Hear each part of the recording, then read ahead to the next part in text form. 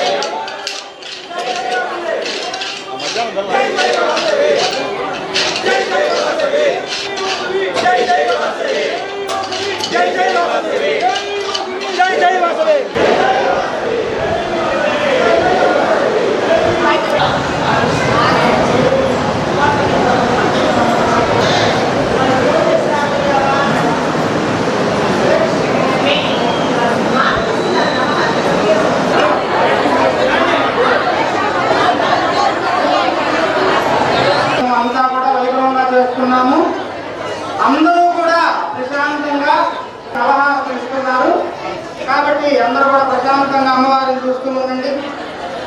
లైట్లు ఆపేసేసేయండి, లైట్లు ఆపండి అమ్మ. వాసవి మాతాకు